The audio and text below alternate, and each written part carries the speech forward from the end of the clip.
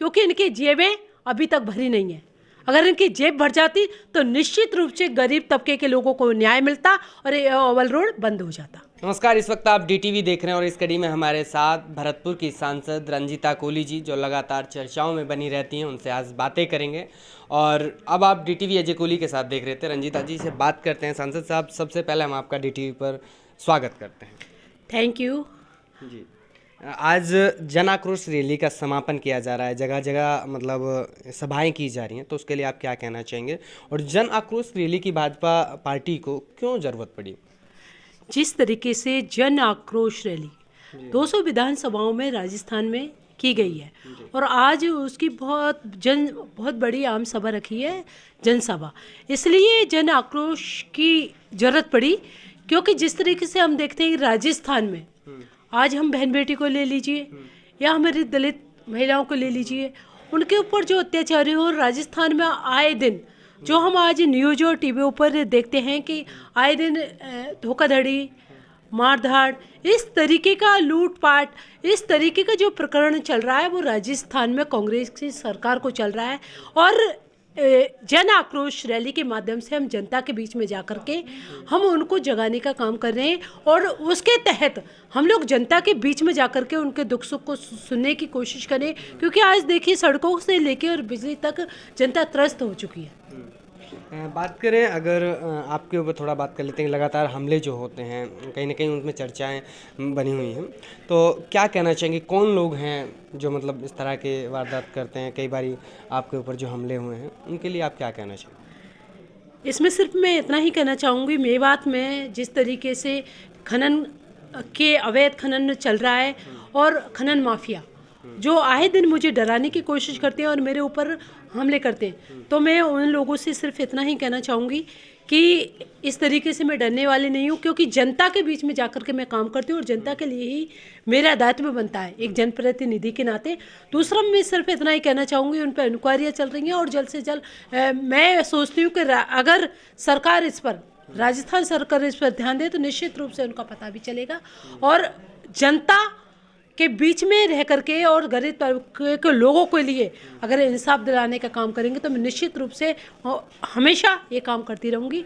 और आए दिन मुझे डराने का काम थे, मैं डरने वालों में से नहीं। आज जैसे कि चीला गांव में आपका सम्मान किया गया है, इन लोगों के लिए, इस पंचायत के लोगों के लिए क्या कहना चाहिए? चिलावल माली, माफ़ी चाहूँगा, चिलावल माली ग्राम पंचायत है, इसमें आपका सम्मान किया गया, इन लोगों के लिए आप क्या कहना चाहिए? जिस तरीके से आज चिरावल माली और यादराम जी हमारे मंडल अध्यक्ष जी हैं और सांसद प्रतिनिधि भी हैं, उनका ये कहना था एमपी साहब आप आइए यहाँ पर और उनके जो घर के परिवार के सभी लोग थे और हमारे वरिष्ठ कार्यकर्ता यहाँ पर आकर के मुझे मिले और मैं भी एक परिवार की तरह उन्हीं से मिली। तो एक हमारा जो भारतीय जनता पार्टी का ये संगठन है और भारतीय जनता पार्टी के कार्यकर्ता हैं, एक परिवार की तरह ही रहते हैं और परिवार की तरह ही मिलते हैं। तो सब में एक लगा कि मैं आई हूँ तो सब लोग मिले। जी, बात करेंगे कि गुजरात में आप लोगों ने फिर एक बार 7वीं बार जीत की है, तो उसके लिए आप क्या कहना चाहेंगे? यूँ तो हिमाचल में कहीं ना कहीं हार का मुंह देखना पड़ा और हिमाचल में काफ़ी गिरावट भी रही, लेकिन गुजरात की बात करें तो गुजरात में फिर से एक बार 7वीं बार वहाँ से भाजपा सरकार बनी, तो उसके लिए आप क्या कहना चाहेंगे? सबसे पहले तो मैं माननीय प्रधानमंत्री नरेंद्र मोदी जी को धन्यवाद देती हूँ, माननीय गृह मंत्री अमित शाह जी को धन्यवाद देती हूँ कि इस तरीके से जो प्रचंड बहुमत से हमारी सरकार वहाँ पर बनी है, उन सब छोटे छोटे कार्यकर्ताओं को भी धन्यवाद। और इसी तरीके से राजस्थान में भी बहुमत से हमारी सरकार आएगी। जी, इसमें जो आप जन आक्रोश यात्रा निकाल रहे हैं, रैली निकाल रहे हैं, तो इससे क्या फ़ायदा होने वाला है? और यूँ तो दूसरी साइड जो कांग्रेस पार्टी है वो भी अपनी एक भारत जोड़ो यात्रा निकाल रही है, तो उसके लिए आप क्या कहना चाहिए? जिस तरीके हम जन आक्रोश रैली निकाल रहे हैं उसमें सिर्फ हमारा एक ही उद्देश्य है कि हम जनता के बीच में जाकर के उनके दुख सुख की सुन रहे हैं। जितना आज हम देखते हैं किसान भाई कितना दुखी हो रहा है, उनको मुआवजा नहीं दिया, युवा बेरोजगार युवा यहाँ पर घूम रहे हैं और इस तरीके के जो चुनाव आते हैं और ये वादे करके जाते हैं, तो उसको लेकर के हम ये जन आक्रोश रैली के माध्यम से उनकी सिर्फ दुख सुख में उनके साथ हम खड़ा रहना चाहते हैं, क्योंकि हम ज़मीनी लेवल से काम करते हैं। दूसरा, भारत जोड़ो यात्रा, अगर लगता है कि भारत जोड़ो यात्रा राहुल गांधी जी कर रहे हैं तो भारत कभी टूटा ही नहीं था। ये किस बात की यात्रा कर रहे हैं ये हमें भी नहीं पता। लेकिन ये दोबारा से अभी इनको पता लग गया है कि राजस्थान में चुनाव आने वाला है, इसलिए ये जनता को बरगलाने का काम कर रहे हैं। ये कोई इनको प्रदेश से कोई मतलब नहीं है। अगर प्रदेश से मतलब होता तो आज राजस्थान में जो त्राहिमाम मची है वो त्राहिमाम नहीं मचती, क्योंकि इनके मुख्यमंत्री जी भी ध्यान नहीं दे रहे। ये इनके मुख्यमंत्री जी भी जो कि विधायक है उनको मिनी मुख्यमंत्री बना करके सारे पूरे राजस्थान में फैला रखा है और एक भ्रष्टाचार करने का काम कर रखा है। इनको सिर्फ एक कुर्सी की लड़ाई लड़ रहे हैं।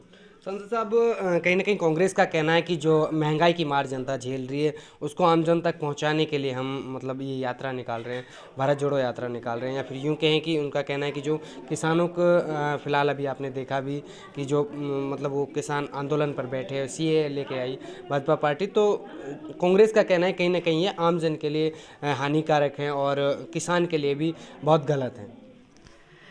इसमें सिर्फ मैं इतना ही कहना चाहूँगी कि जिस तरीके से इनकी सरकार आती है और ये झूठे वादे करते हैं, उसी तरीके से आज भी ये जनता को बहकाने का काम कर रहे हैं। अदरवाइज ऐसा नहीं है कि सरकारें इस पर ध्यान नहीं दे रही हैं, सरकारें ध्यान दे रही हैं और उस समतल पे ये काम देख रही हैं। ऐसा कुछ नहीं है, इनका सिर्फ एक कहना होता है और इनका झूठ बोलना होता है। आने वाले चुनाव में, यानी कि यूँ कहें कि अब जो राजस्थान में चुनाव आने वाला है तो उसमें क्या देखते हैं? अभी राजस्थान की बात कर लेते हैं, क्योंकि राजस्थान में लगता है कि अब की बार बीजेपी बहुमत से आ पाएगी। जिस तरीके से जनता त्राहिमाम हो रही है और राजस्थान को लेकर के तो जो मैं कहना चाहती हूँ कि अब की बार जो कांग्रेस सरकार में जनता के ऊपर जो कहर टूटा है, किसानों के ऊपर कहर टूटा है और इस तरीके से जनता इनको जवाब देने के लिए खड़ी है। और मैं निश्चित रूप से कहती हूँ कि भारतीय जनता पार्टी की ही सरकार आएगी और राजस्थान में, इसलिए क्योंकि जनता जान चुकी है कि किस तरीके ये झूठे वादे करके नहीं आते हैं और इनका एक भी वादा पूरा नहीं होता। हाँ, मेरी सरकार केंद्र में है और मैं धन्यवाद देती हूँ माननीय गृह मंत्री जी को, जिन्होंने मेरी सुरक्षा के लिए, मेरी रक्षा के लिए मेरे साथ सुरक्षा कर्मी लगाए। और दूसरा, ओवल रोड के लिए मैंने कई बार आवाज़ उठाई है और वहाँ पर जाकर भी धरने दिए हैं। लेकिन मैं सिर्फ कांग्रेस सरकार को ये कहना चाहूँगी कि इतना होने के बाद भी, मेरी जान को खतरा होने के बाद भी ये ओवल रोड बंद नहीं हो रहा, क्योंकि इनकी जेबें अभी तक भरी नहीं हैं। अगर इनकी जेब भर जाती तो निश्चित रूप से गरीब तबके के लोगों को न्याय मिलता और ये ओवल रोड बंद हो जाता। देखिए, इस कड़ी में हमारे साथ सांसद रंजीता कोली जी जुड़ी, जिन्होंने बताया कि इस क्षेत्र में जो ओवरलोड है, ओवरलोड की मार जो क्षेत्र झेल रहा है, कहीं ना कहीं उससे मतलब जनता को बचाने के लिए मैं हमेशा तत्पर रही हूँ।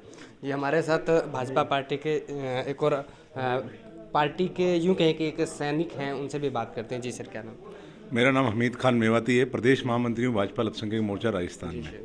क्या कहना चाहेंगे जन आक्रोश रैली को लेकर? आज उसका समापन भी किया गया है। आज की जन आक्रोश जो हमारी आम सभा है नगर विधानसभा की, उसके अंदर हमारी जो भरतपुर की सांसद हैं बहन रंजीता कोली जी और मुख्य अतिथि के रूप में सुखबीर जोनापुरिया जी जो हमारे सांसद है सवाई माधोपुर टोंक के, वो आज इस कार्यक्रम में रहेंगे। और पूरे जो हमारे नगर विधानसभा के जो लोग हैं, नगर विधानसभा के सभी हमारे वरिष्ठ भाजपा के नेता भी इस कार्यक्रम में रहेंगे।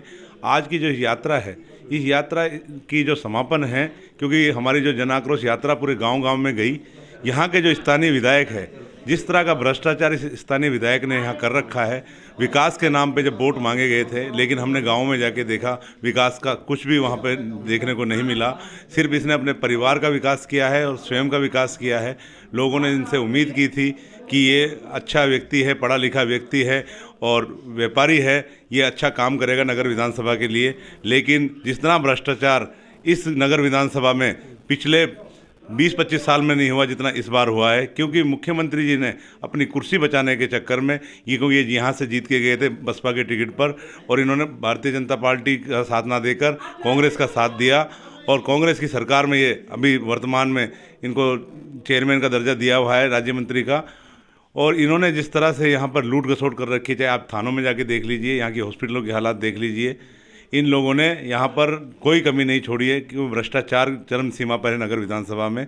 इसी को लेकर हम जनता के बीच में गए, क्योंकि अभी 1 साल बाकी है चुनाव का, और जनता के बीच में हमने जाकर देखा। जनता ने जब कहा, जनता के बीच में भारी आक्रोश है इस विधायक के खिलाफ, उस चीज़ को लेकर हमने वहाँ की जो जन समस्याएँ थी उनको लेकर हमारी मतपेटी थी, हमारी यात्रा के दौरान जो हमारा रथ चल रहा था उसमें हमने डलवाई और जनता की आवाज़ हमने प्रदेश तक पहुँचाने का काम किया।